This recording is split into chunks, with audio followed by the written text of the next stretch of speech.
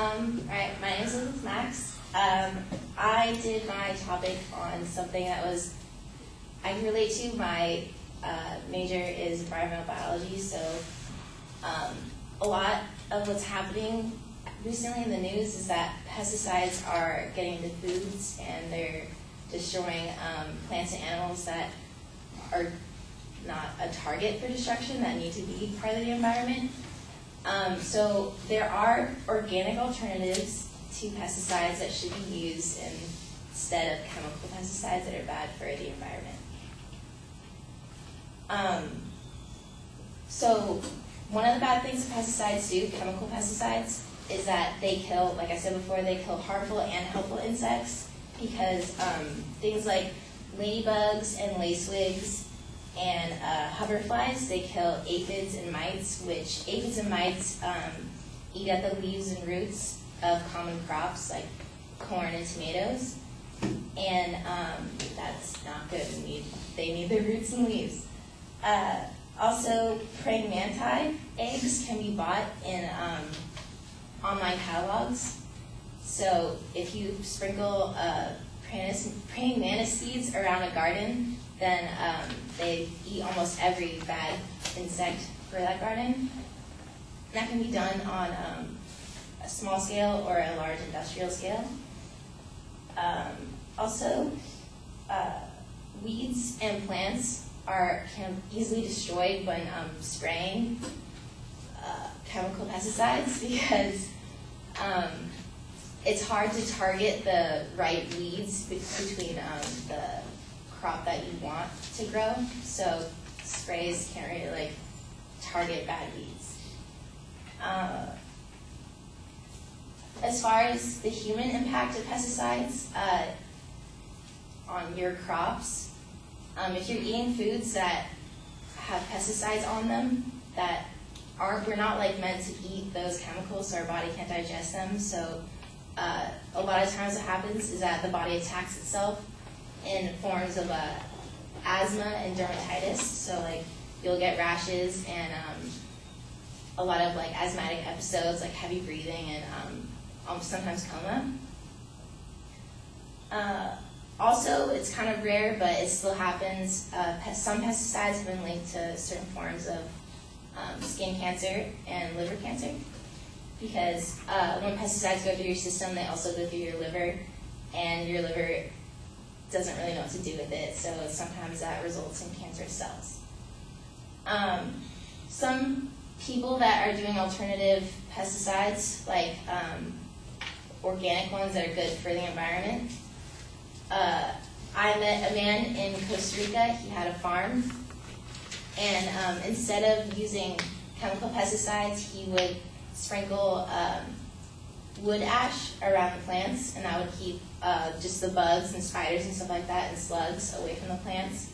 And it was also beneficial for the soil. It returned nitrogen back into the soil, and which is essential for the roots, because roots go through a nitrogen process that give the plant the nutrients it needs to do things like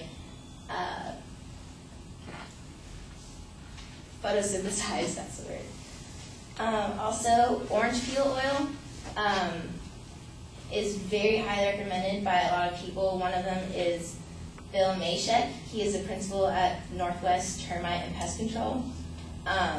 Orange peel oil has low toxicity to mammals, so say a deer was eating plants that were outside of a crop area that got sprayed by this orange peel oil, they wouldn't die from it, but they wouldn't want to eat it again, because that's not a good pH for their digestive system. It's a very basic pH. Also, orange peel oil is a byproduct of orange juice processing, so it's something that's getting thrown away anyway, and so it also makes it cost efficient. It works as an insecticide and an herbicide, which means it can kill off unwanted insects as well as unwanted plants, like small weeds that create competition for the crops that you do want. what the orange peel does to the insects is that it breaks down the exoskeleton, which makes if an insect's exoskeleton is damaged, then it prevents it from retaining water and proteins, which lead in like a quick death. Also, other things that could be used are owls. You can introduce an owl into an environment, which actually was done in Golden Gate Park in the 90s, and it's still a project that's going on today.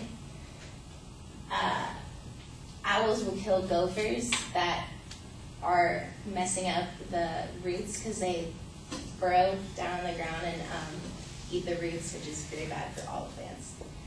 So, organic alternatives to chemical pesticides at the end of the day is a lot better than the chemical ones. They're better for the environment, they're better for people, and they're just better in the long run. Thank you.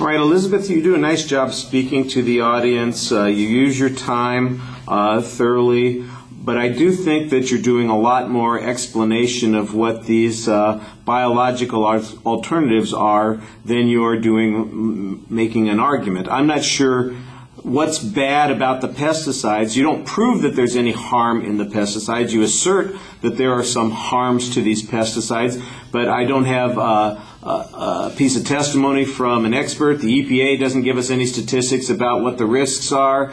I'm not even getting the warning label off of the bottle that tells me what the dangers of this are. You just say, well, you know, it's bad, and if you ingest it, you know, it's not meant for human beings, and it could do all these cancer things. That's all asserted on your part. I don't have any proof on that claim at all.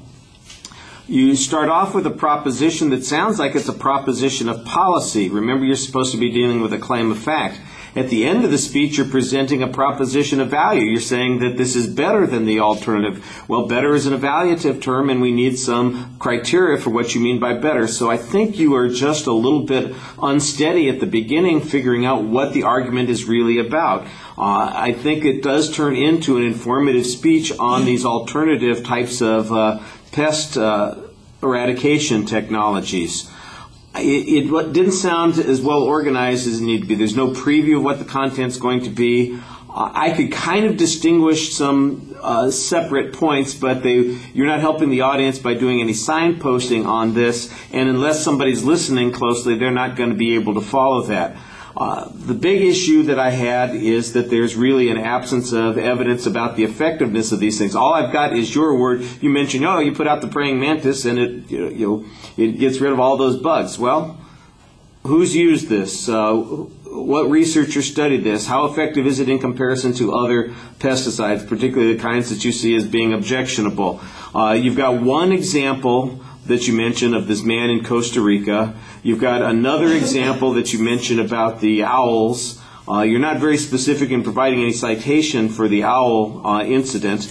You've got a piece of testimony from the guy on the orange peels, and that's it. Everything else is asserted. So I think that there's a problem here with having a sufficient amount of research in the argument as well.